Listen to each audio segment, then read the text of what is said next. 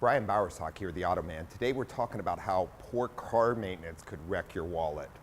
We're going to start out with really simple things, such as not replacing filters, such as a fuel filter can cause extreme stress on an electronic fuel pump, causing them to fail early. So you want to make sure and maintain these filters on your vehicle. Same thing with the air filters on the vehicle. Excessively dirty air filters cause you to get bad fuel mileage, costing more money to operate the vehicle, and can also get small tears in the filter, contaminating things such as a mass airflow sensor and sending debris into the engine, which is never good, causes excessive wear and tear in the cylinders, etc. Let's talk about the cooling system real quick here.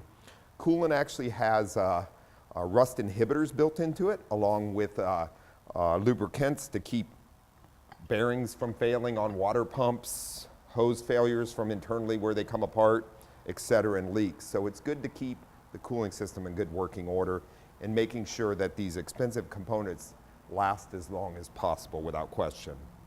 Same thing with brakes without question. You go metal to metal, you end up needing rotors, etc.